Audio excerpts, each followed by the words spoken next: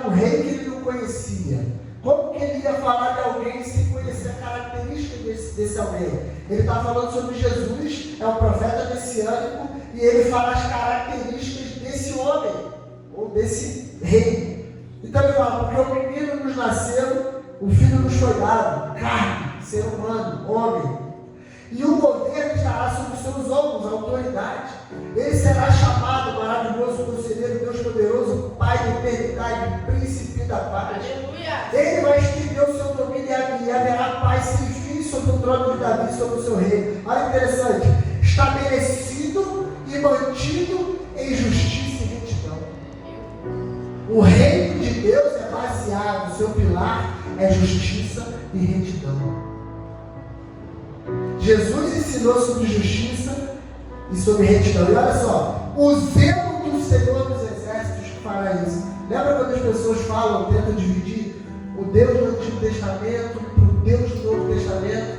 E aí você percebe que esse rei, que é amor, que é graça, que é justiça, que é zelo, que é retidão, foi enviado por alguém que olha e fala, o meu amor, o meu cuidado, porque eu sou bom, eu vou enviar alguém parecido comigo. Eu vou enviar um rei que vocês não conseguem comparar com nenhum outro rei. Davi não pode nem chegar aos pés. Saul, de maneira nenhuma. Nabucodonosor, ninguém será como rei que eu vou colocar na posição certa, no tempo certo. Eu vou dar autoridade, eu vou dar o reino. Ele vai ser chamado maravilhoso, ele vai ser chamado príncipe da paz, ele vai ser chamado poderoso, e o meu zelo vai fazer isso. Olha que interessante. Quando fala de zelo, fala de alguém cuidadoso, de alguém preocupado. Você já viu alguém zeloso? O zeloso, ele não é só o que cuida, mas o que se precipita para que nada aconteça de errado. Exemplo, botar esse copo aqui, essa taça, e a preocupação é, eu tenho que subir a escada, não posso deixar a água cair, eu tenho que andar, não posso tropeçar, eu tenho que colocar na mesa sem que uma água se perca. Então o zelo não é só cuidado, zelo é toda a proteção que envolve até chegar a você. Então o texto está falando, eu me preocupo tanto com você, eu me preocupo tanto com a queda da humanidade, eu me preocupo tanto porque o homem não tem referência, que eu vou enviar alguém que é maravilhoso, alguém que é conselheiro, alguém que é príncipe das guerras que vai trazer a paz, alguém que é sobre qualquer outro nome, e eu vou dar autoridade para ele. Aleluia. Então o próprio Deus, Yahvé, envia o seu próprio Filho, que é a sua imagem e semelhança, para poder agir aqui nessa terra. Irmãos, interessante, sabe o que é? O texto está falando de um nascimento. E quantos de nós não conseguimos celebrar o nascimento de Jesus dentro de nós? Você já reparou que Jesus ele nasce todos os dias na vida de alguém? Você já reparou que cada um de nós seguimos a Cristo e ele tem uma peculiaridade com cada um de nós, uma vida com cada um de nós, e quantos de nós celebramos essa vida dentro de nós? Quantos de nós já paramos assim na igreja, olhamos para o céu, olhamos para o teto, olhamos para o nada e falamos assim, caramba, olha o que o príncipe da paz fez comigo. Porque eu sei que aqui dentro tem gente de tudo quanto é tipo. Estava preso nas drogas, pornografia, prostituição, adultério, dívidas eternas que não conseguia pagar de jeito nenhum, depressão, síndrome do pânico, tudo isso é uma guerra pessoal e tua, que o mundo tem passado. Mas o príncipe da paz, ele chega e coloca em ordem toda a guerra. E quantos de nós não estamos nem conseguindo celebrar mais o que o príncipe da paz fez? Sabe como é que Jesus era conhecido no Antigo Testamento? O Senhor dos Exércitos. Para se tornar o príncipe da paz. Irmãos, não tenha. Entenda uma coisa, só existe paz quem está pronto para a guerra. Só existe paz quem está pronto para vencer guerra. Se você não quer lutar batalhas, esqueça, você não vai viver em paz, porque a paz ela só vem depois da turbulência, a paz só vem depois da guerra. Se eu e você fugirmos de guerra, nós não vamos desfrutar da paz. E Jesus ele chega aonde? Quando tudo está desmoronando, você não tem mais para onde correr. Ah não, pastor, eu vou me convertir na boa. Mas eu tenho certeza que em algum momento o mar da sua vida se agitou. Em algum momento a sua vida não foi boa. Em algum momento você falou, meu Deus, eu cresci na igreja, mas o meu coração está turbado. Cadê o Senhor? E ele aparece e fala, calma, eu estou aqui, eu estou no barco. Eu dou a ordem para parar a tempestade. Eu dou a ordem para que os demônios se calem diante de você, para que vejam eu fazendo na tua vida algo novo. Nós vislumbramos uma vida cristã que ainda não temos e não conseguimos celebrar quem nós estamos nos tornando. Sabe qual é o problema do cristão atual? É que a gente quer vir na igreja, aceitar Jesus e no dia seguinte não quer mais viver nada de errado. O querer, ok, eu não quero, isso é muito bom, mas a queda faz parte do processo. Então você vir à igreja no dia seguinte você tropeçar, é muito normal. Porque não pode, é a chama que um dia esteve apagada, acendeu e se apagar novamente. Então o que você faz? Pastor, eu estou lutando, eu não vou desistir, o Senhor vai tirar essa chave dentro de mim, eu vou mudar, eu vou vencer, eu vou passar por essa guerra, eu vou desfrutar da paz que o Senhor tem separado para mim, eu quero viver isso. Só que a gente não consegue celebrar o que nós estamos nos tornando. A primeira vez que eu era, como é que eu soube disso? Eu vendo uma pregação, algo queimava no meu coração, queimava, e eu vendo ele pregar, cara, eu acho que eu não sei esse negócio aí, eu não sabia nada de Bíblia, nada, zero. E eu liguei para ele e falei assim, eu acho que Deus falou comigo. Não sabia, era novo. Era o quê? Eu acho que você é pregador. Aí eu lembro que a gente tinha um propósito. Cada semana eu tinha que preparar uma mensagem para o outro. E aí Deus me deu uma mensagem, eu fui tentar estruturar. Quando ela chegou, eu falei, não, senta aí que eu vou passar o mistério. E eu passei um negócio muito ruim e ela falou assim, amor, tem certeza que Deus chamou para isso?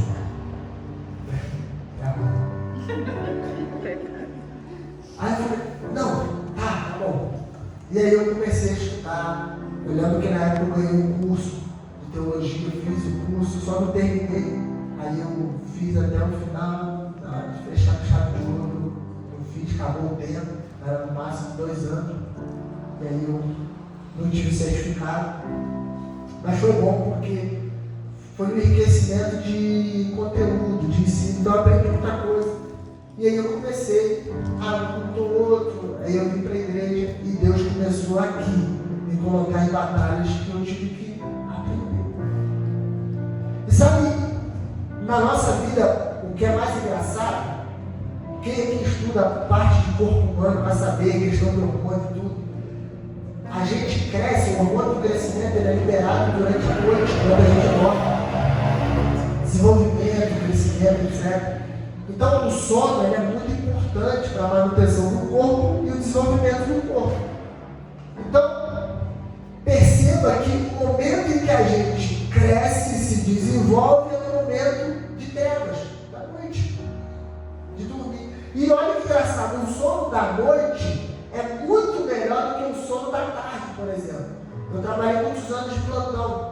E aí eu saía do plantão de 24 horas e ia tentar descansar em casa. Eu chegava, levava a esposa do trabalho, voltava e tentava dormir. Quando eu acordava, parecia que um avião pegado no meio do meu peito e eu ficava tremendo. Era a pior coisa que eu fazia. O que eu fazia? Eu ficava acordado direto. Aí quando dava a noite eu deitava para dormir. Então era muito ruim. Então perceba que o nosso crescimento ele é dado na escuridão, na noite. Meu Deus. Em dias de trevas é o dia que você está crescendo. Porque nos dias de trevas é que eu e você damos show. É no dia de trevas que eu e você somos histéricos. É quando nada está bom é que a gente histérico, que a gente dá show, que arranca cabelo, que grita, que pula, que fala que vai embora, que não quer mais, que não aguenta mais. Mas é nesse dia que Deus está olhando para aqueles galhos da árvore que é Ele e falando, vamos ver quem é que está dando fruto, porque se o fruto não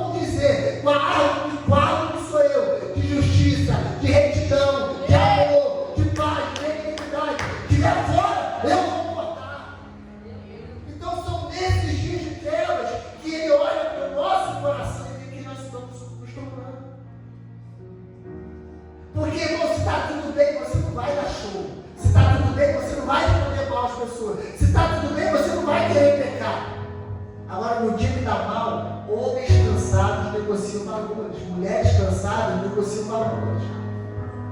É nesse dia que a gente está cansado, que o pecado bate a porta e a gente negocia valor.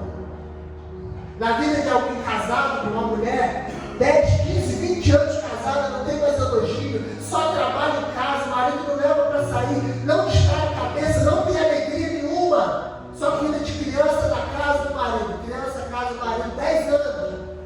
No dia que ela sai, ela está cansada, a cabeça dela dá para explodir, o diabo levanta alguém e fala: nossa, você é tão maravilhosa. Que isso? Eu sou o quê?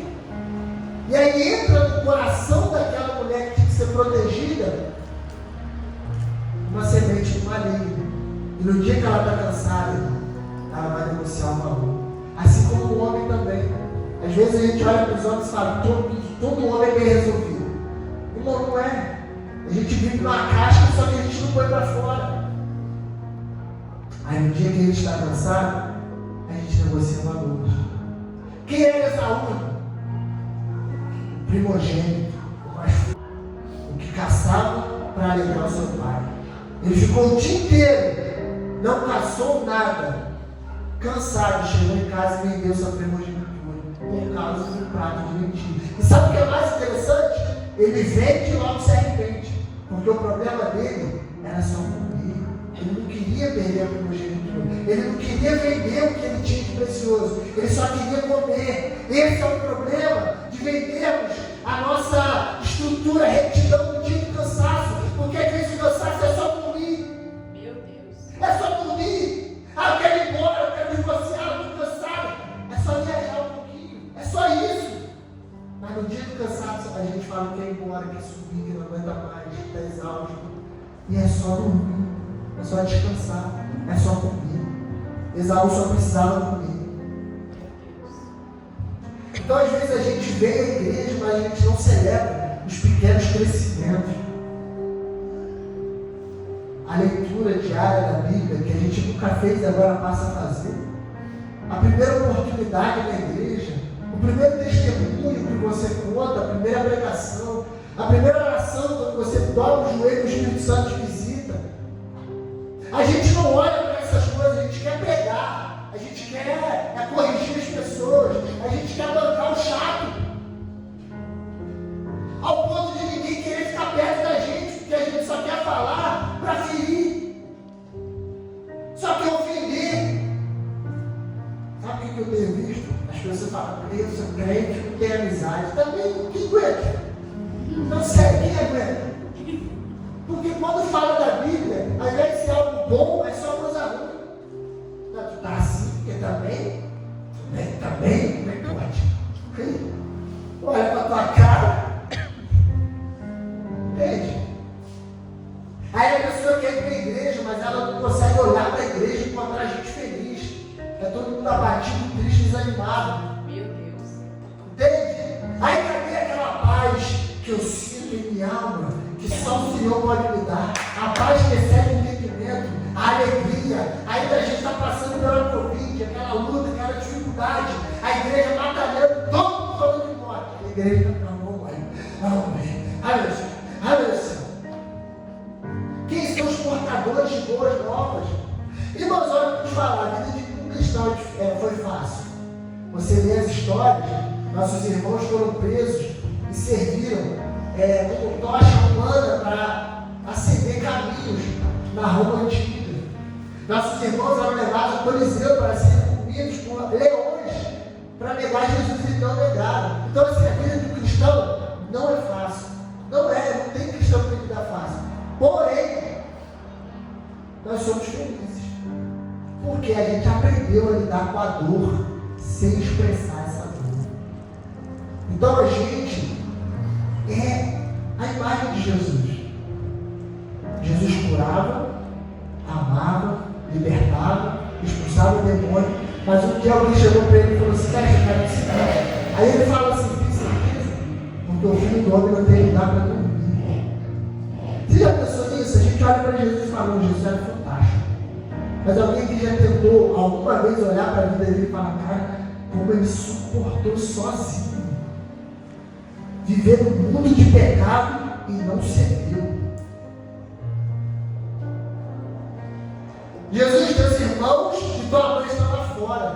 ao ponto dele falar assim: meus irmãos e a minha mãe são aqueles que fazem a vontade do meu pai. O que ele está dizendo? Não tem família. Não tem ninguém.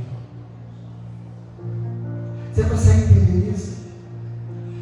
Quando a gente toma a igreja, se converter, receber o Espírito Santo e ser a mesma pessoa que era quando era do mundo, agora só com dinheiro, mais bonito e crente. Não!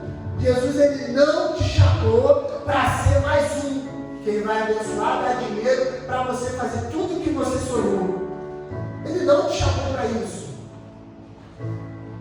Entenda, você faz uma faculdade, isso vai reverter para alguém. Porque ele não vai investir em alguém que não vai devolver esse investimento para o mundo. Não vai. Não vai. Será que quando você está lá no trabalho, se alguém passar por uma tribulação, eles vão te procurar? Ou não? Você não dê livre. Sangue de Jesus depois não fala do carneiro, porque dê livre. Desculpa, estou usando essa de você é essa pessoa? Não dê livre, fala para mim. Sangue de Jesus tem poder. Eu não quero que ela saia. Ah, mas por que ela é cristã? Não, se eu contar, ela fala para todo mundo. Não, fala para ela. Precisei usar como exemplo. Você é essa pessoa? Porque Deus tem coisas maravilhosas para mim e para você. Está na Bíblia, isso é a palavra. Ele falou que quem negar seu pai, sua mãe, seus filhos ainda nessa terra colherão 100 vezes mais. Só que a gente fica esperando o anjo aparecer com um baú de dinheiro e dar na nossa mão.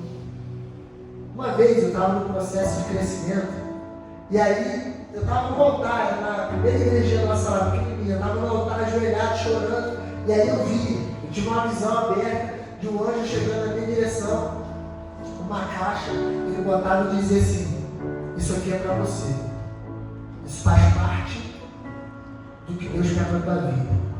Aí eu me lembro de visão, tá? Minha visão, por favor, respeita a minha visão.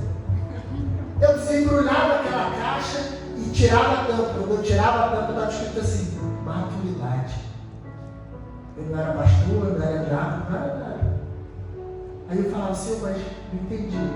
Aí ele falou: você vai passar por um processo para adquirir maturidade.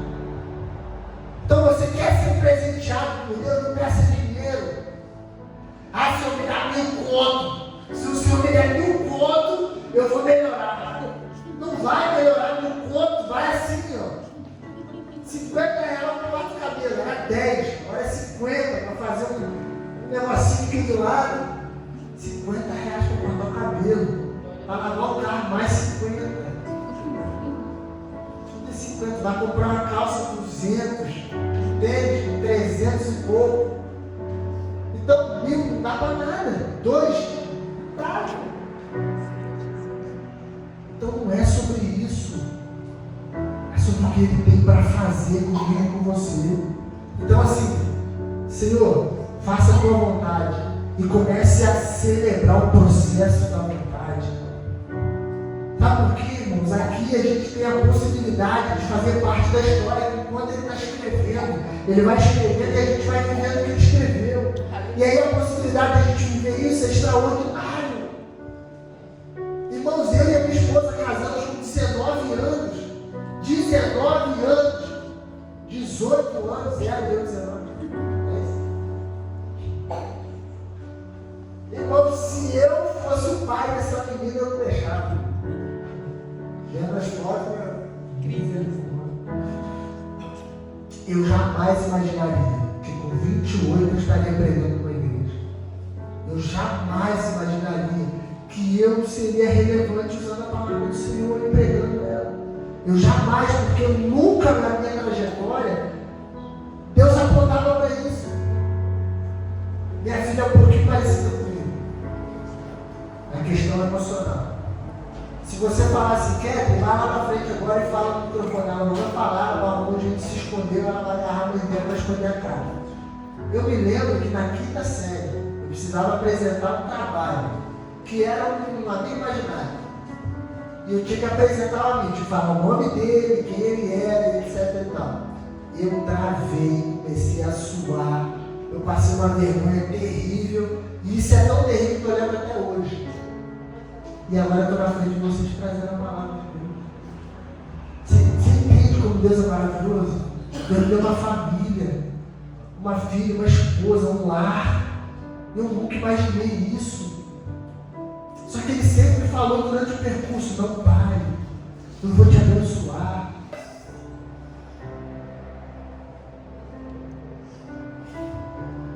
Olha só, irmãos, o que eu li no texto, eu quero trazer para você.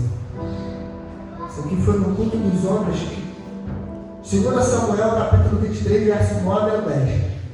Depois dele, Eleazar, filho de Dodô, o Ailita, como um dos 3 principais guerreiros, esteve com Davi quando eles desafiaram os filisteus em Paz-Damim para a batalha. Os israelitas recuaram, mas Eliezer manteve a sua posição e feriu os filisteus até que sua mão, pelo cansaço, ficasse dormente e grudada na espada.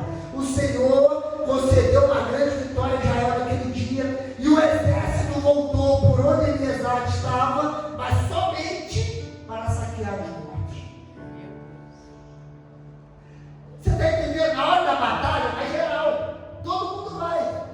Mas quando começa a doer, alguns vão sair. Mas aqui está um homem extraordinário que fica. E o que a Bíblia diz? Ele batalhou, enquanto eles recuaram. O que significa? Que saiu da guerra, ficou sozinho. Só que ele era um valente de Davi. Deus dava milagres através da mão deles em batalha. Ele batalhou, venceu os filisteus e o exército voltou para recolher os despojos. Porque gente covarde, na hora da batalha, sai, mas na hora de colher os louros, volta. Então, por isso que entenda o que eu vou te falar. O filho pródigo, aquele que ficou, não foi desonrado. Aquele que ficou não era menos amado, porque o que saiu voltou e recebeu festa. Não olhe para o filho pródigo e fala: é melhor sair, depois eu volto. Não! O que ficou vai ser honrado como justo, como que permaneceu, como que não desistiu, como que viu o filho que desobedeceu, o filho que desonrou, saiu e voltou, e ele não recebe festa. As pessoas maduras não são baseadas em festas, não são baseadas em alegria, são baseadas em posicionamento, em aliança. Se eu falei que eu vou ficar, independente do que fizerem comigo. Deixa eu falar uma coisa para você. A maldade de quem pratica contra nós fala mais do caráter de quem eles são. E quem eles são não determina quem eu e você somos. Quem é mal e não determina quem você é. Então permaneça. Se saiu, se voltou, permaneça. Se você não se alegrou, ou chorou, choraram contigo ou não choraram, permaneça. Porque essas pessoas não definem quem eu e você somos.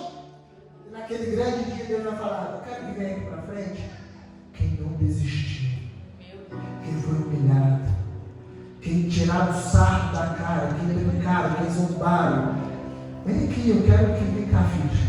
Entra no gozo do teu Senhor. Vem para a alegria do teu Senhor. Vem, porque é muito difícil permanecer quando tudo diz que é para sair. Quando tudo diz que é para desanimar. Mas aquele grande dia vai ter honra. Muita honra. E as pessoas falam assim: nossa, como é que fulano é usado, né? Irmãos, eu tenho uma teoria. Não é teoria, não. Está nas entrelinhas. Como é que se faz o azeite? É a prensa que pressiona a azeitona, não é isso? Então, irmão, desculpa, mas quem é muito usado por Deus tem muita lágrima sendo derramada. Ah, busca 250 horas no monte. Pode até buscar, mas não tem a ver com busca, tem a ver com sofrimento. Porque a gente só dá o melhor que nós temos quando somos prensados. Por isso que Deus está te apertando. Por isso que nada é fácil na tua vida. Por isso que você cresce mesmo em meio à dor. Porque existe algo precioso que precisa ser arrancado de dentro de você. E esse algo precioso só sai sendo apertado, sendo esmagado. Para a gente finalizar, Quero que você leia comigo Lucas 2, 25 a 32.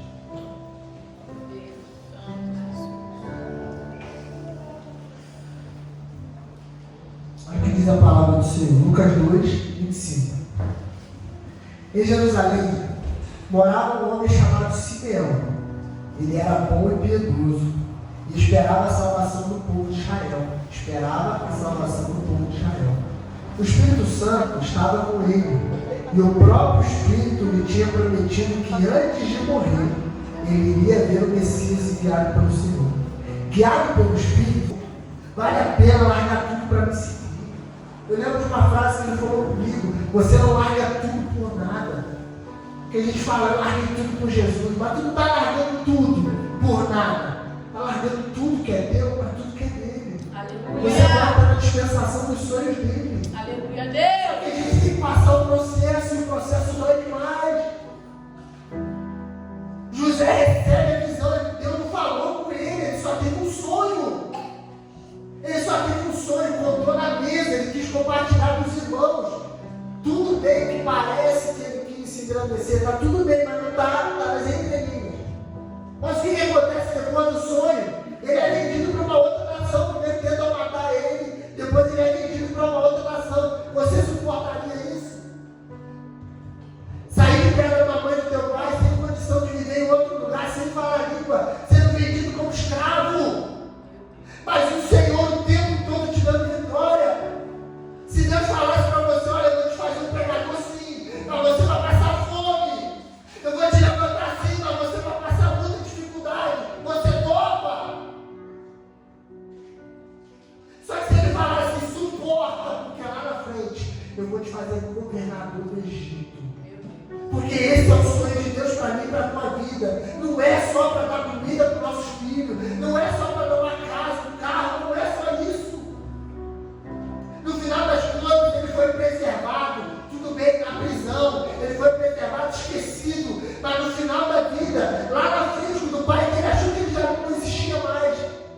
Deus levanta José como o governador do maior país na época, para alimentar o mundo naquela época.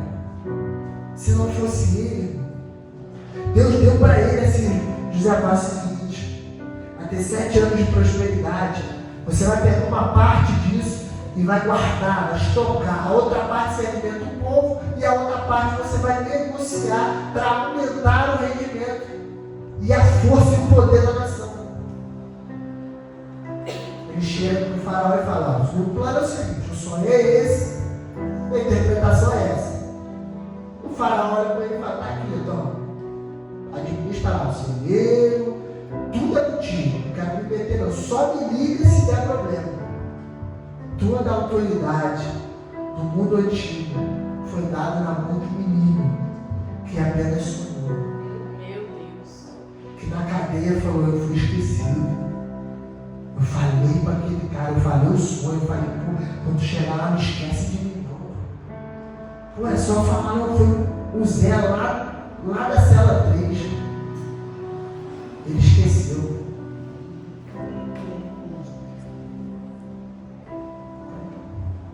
Deus vai fazer na vida da tua vida, só não para, não desiste. Porque a tendência é, quando o ferro esquenta, a tendência é a gente não quer mais, acabou, tô cansado.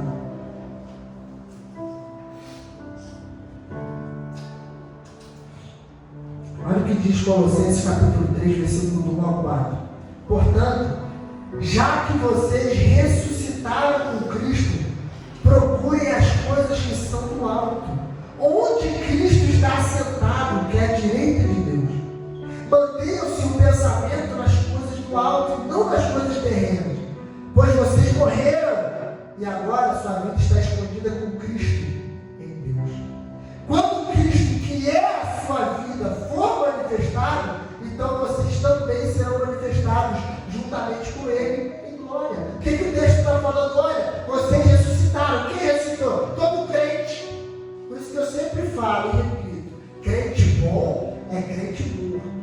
Porque você já viu um corpo morto na clínica? Já viu um corpo morto brigar, discutir, ter inveja, ser arrogante? Não, o corpo morto está morto. Tu bate na cara do outro e não vai fazer nada. E é isso que Jesus quer que eu e você sejamos mortos. Porque o texto está falando, vocês ressuscitaram, agora é uma nova vida. O velho homem morreu. E essa nova vida, você tem que procurar as coisas do alto, pensar nas coisas do alto. Não é mais a tua visão terrena, não é mais o meu dinheiro, o meu carro, a minha vida. Ai, meu Deus, ai. Mas as coisas do alto, sei o que o Senhor tem planejado, sei o que o Senhor tem sonhado. Senhor, eu vou ser útil em quê? Pai, qual é o teu plano? Enquanto o Senhor planeja, eu estou trabalhando. Enquanto o Senhor organiza aí, eu vou fazendo aqui, para no tempo certo. Olha o que a Bíblia fala, porque quando Jesus for manifestado, você vai ser manifestado. Quando os pais levaram o menino Jesus ao templo para fazer o que a lei manda, Simeão pegou o menino no colo, louvou a Deus e disse: agora, Senhor, cumpriste a promessa que fizeste, e já podes deixar este teu servo partir em paz.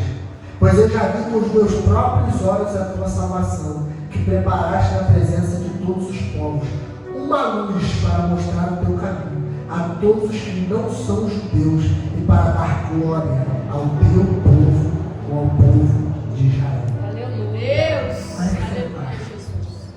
Um homem que estava vivo, que recebeu a promessa do próprio Espírito Santo: Simeão, você vai ver a minha promessa se cumprir. E aí ele fala, vai ao templo. Ele vai no templo, chega no templo, chega José e Maria, o menino Jesus. Ele pega Jesus no colo. Quando levanta para apresentar o menino, o Espírito Santo fala: eis aí a salvação de Israel. Aleluia. Aquele homem louva a Deus sem ter visto os feitos do Messias. E é isso que eu quero te convidar nessa noite. Louvar a Deus pelos feitos do Messias na meia da tua vida. Aleluia. Ele não viu os milagres que Jesus fez, ele não viu as ressurreições, ele não viu os paralíticos andando, ele não viu Jesus pregando a salvação, ele não viu Jesus nascer em Pedro, em Tiago, em João, ele não viu os milagres acontecendo na vida dos apóstolos, ele não viu o ministério de Jesus. Mas ele levantou Jesus e falou assim: pode me levar em paz, porque eu já enxerguei a salvação. Deus. Aleluia. Quantos de nós aqui temos uma promessa do Senhor no nosso coração? Quantos de nós aqui já levantamos um menino falando: Senhor, essa é a tua promessa? O Espírito Santo soprou no nosso coração. Quantos de nós? Mas quantos de nós estamos dispostos a louvar o nome dele por aquilo que ele falou? A exaltar o nome dele por aquilo que ele falou? Todos esses homens tinham uma vida medíocre. Todos eles. E Jesus chega: Pedro, deixa de pescar. Eu tenho uma coisa boa para você. Que tal você parar de pescar peixe e ser pescador de homens? Imagina, você tem que largar tudo para alguém que tu não conhece, para viver uma coisa que tu não sabe se vai dar certo. É isso que ele faz com a gente. Ele está nos convidando a viver uma vida que você não sabe como vai ser, não sabe se vai dar certo, não entende se vai dar certo, como que vai compor. Ele simplesmente está te chamando nessa noite: larga o teu peixe e vem pescar comigo. Deixa teus sonhos e vem viver os meus. Mas, Senhor, eu quero, com 30 anos, eu quero estar abarrotado de grana, bonitão, voando baixo. E ele está falando: larga isso aí, eu tenho algo melhor para te dar. Que tal você está disposto agora a viver os sonhos que eu tenho para você?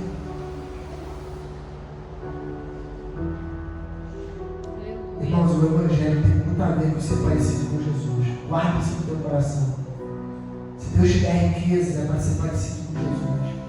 Se Deus não te der riqueza, seja parecido com Jesus. Deus. O fruto bíblico é sobre isso: ser parecido com a água.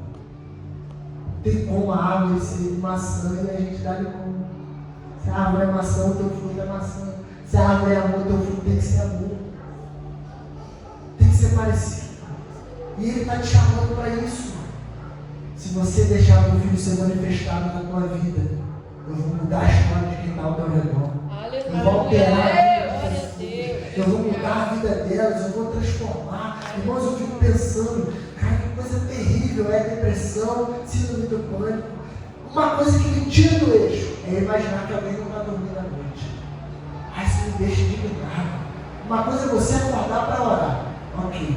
Uma coisa é você não conseguir dormir porque o demônio está te atormentando. Isso me tira a paz. Uma doença, alguma coisa. Que a Bíblia fala que o sono é de Deus e Ele te protege quando você dorme. Ele te dá bênçãos enquanto você dorme. Então o sono é abençoador. Você imagina você ser usado para tirar a síndrome do pânico de alguém que paga milhões, milhares de reais para poder tomar remédio no seu curado. Para a gente terminar, a proposta dele nessa noite é: seja parecido comigo. Permita eu te ensinar como é que é. Você crescer nesse projeto, nesse propósito. Tem uma história, eu lembrei agora, mas é um livro que eu li. Eu não lembro o nome do livro, já tem muito tempo. Mas a história é que o missionário, ele decidiu viver algo missionário e ele foi para um país, era na África esse país. E ele viveu com tanta intensidade o ministério dele. E ele correu por lá, ele não quis voltar para casa. Ele construiu a vida dele lá, gostou das pessoas e ficou por lá. E ele era muito amado, muito querido pelas pessoas, ganhou muitas pessoas, discipulou muitas pessoas. O Evangelho ganhou muito pessoas. E um dia ele morreu. Fizeram uma festa muito linda para ele. E ninguém mais voltou lá, porque ele foi, deu uma notícia e ficou. Passaram-se alguns anos. Decidiram enviar um missionário para essa terra, porque não tinha notícia há muitos anos. Decidiram enviar um missionário. E aí o missionário chegou para Curitiba e começou a pregar o Evangelho para aquelas pessoas desse país. E quando abriram a Bíblia e começaram a falar de Cristo, um olhou para o outro e falou assim: ué, mas quem é esse homem que você está falando? Não, é Jesus, o Messias que veio nos salvar. Ele tem certeza? É, o Messias está na Bíblia aqui, ele veio te perdoar, salvar, te perdoar teus pecados, te dar salvação de vida eterna. Ele não. Tinha um homem que morava com a gente, que ele é muito parecido com esse cara que você está falando. Ele morreu tem pouco tempo, não é dele que você está falando, não. É isso que eu estou falando, gente. A marca que a gente vai deixar nas pessoas é de um cristão que vai ser passado para trás. Quando a Bíblia vai falar do amor, a Bíblia fala assim: o amor tudo suporta, tudo crê, tudo espera. E não, olha isso aqui que é muito forte. O amor não implora seus direitos. Quem ama não fica cobrando direito. Ah, pastor, mas isso é ser bobo. Bem-vindo. É isso. É isso. Jesus fala, Mateus capítulo 5 e diante, até o 7. Se o teu inimigo mandar tu andar uma vida com ele de duas, se ele mandar tu tirar tua capa, dê a túnica. O que Jesus está falando? Se o teu inimigo quiser te afrontar pedindo a roupa que tu está usando, dá logo tudo. Fala para ele: olha, isso aqui não tem valor para mim, toma. Se tu acha que vai tirar a minha camisa e vai me desmoralizar, vai me deixar mal, eu não tenho valor, toma. Se é isso que você acha que eu sou construído, toma. Isso não tem valor, toma. Meu Deus! Se o inimigo pega a razão, fala: irmão, não precisa disso, vem aqui. O Evangelho é isso, é sobre essas coisas. Jesus, ele foi morto. Ele foi furado do lado. Deram uma esponja embebida em vinagre. Você sabe para quem serve aquela esponja? Na época não tinha banheiro igual o nosso. Eles faziam assim, suas necessidades. Era um negócio esquisito, redondo, tinha uma madeira comprida e na ponta tinha um vinagre.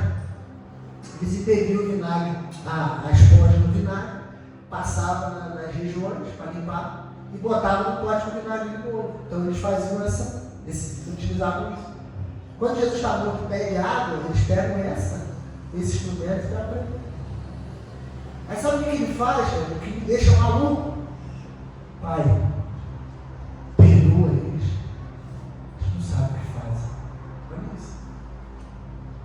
Estevão, quando olha para o céu e vê Jesus assentado lá direito de mim, à destra de mim, sendo apedrejado, perdoa eles.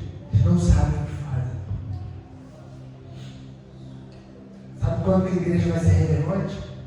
Quando a gente entender que a nossa característica é ser como Jesus. É amar quem nos odeia. É não cobrar nossos direitos.